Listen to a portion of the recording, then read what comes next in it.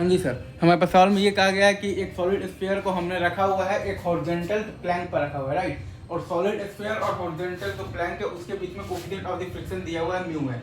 और horizontal Planck को रखा गया है एक स्मूथ टेबल पर, राइट सर। ट्रू, हॉरिजॉन्टल जो प्लैंक है उसको रखा गया है एक स्मूथ टेबल पर, राइट। ये सही है, स्मूथ टेबल है, म्यू बराबर 0 है, और एक सॉलिड स्फीयर को रखा गया है हॉरिजॉन्टल प्लैंक पर।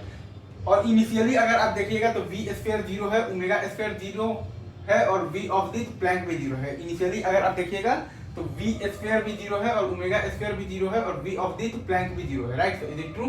तो इनिशियली अगर आप ध्यान देंगे ना सर, तो वी स्क्वायर, ठीक है सर, और क्या है तो प्लस, अगर आप ध्यान दीजिएगा ओमेगा स्क्वायर इंटू आर, अगर आप ध्यान दीजिएगा इनिशियली तो वी स्क्वायर भी 0 है और ओमेगा स्क्वायर भी 0 है और वी ऑफ द प्लैंक भी 0 है, राइट। तो इनिशियली अगर आप देखिएगा तो वी स्क्वायर और plus omega square into R is equal to V plank already maintained है, right. Is it true? Initially अगर आप देखिएगा तो वी स्क्वायर और plus omega square into R is equal to V plank आपका already है। तो अब बस स्टैटिक फ्रिक्शनल फोर्स अपने आप को ऐसे एडजस्ट करेगा ताकि a square plus alpha square into R is equal to A plank हो जाए, राइट। अब बस स्टैटिक फ्रिक्शनल फोर्स अपने आप को ऐसे एडजस्ट करेगा ताकि a square plus alpha square into R is equal to A plank हो जाए। और बेसिकली तो वी स्क्वायर और plus omega square into R is equal to V plank purely maintained रहे।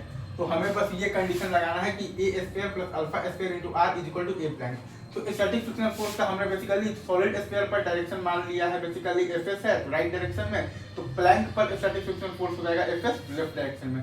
स्टैटिक फ्रिक्शनल फोर्स का हमने बेसिकली एक direction मान लिया है कि सॉलिड स्फीयर पर एफएस लग रहा है राइट डायरेक्शन में, तो प्लैंक पर एफएस लगेगा तो लेफ्ट डायरेक्शन में। तो ए प्लैंक हमारे पास क्या आ गया है यहाँ पर F minus F S by M. मान लीजिए कि ये प्लैंक का मास m है और ये आपके पास सॉलिड स्फीयर का मास m है, राइट। तो ए प्लैंक आपके पास आ गया है f minus F by M, और अल्फा सॉलिड स्फीयर आपके पास आ गया है बेसिकली टॉर्क बाई आई, तो एफ इंटू आर बाई है आपके पास 2/5 mr स्क्वायर, और ए स्क्वायर आपके पास आ गया है एफ एस बाई एम।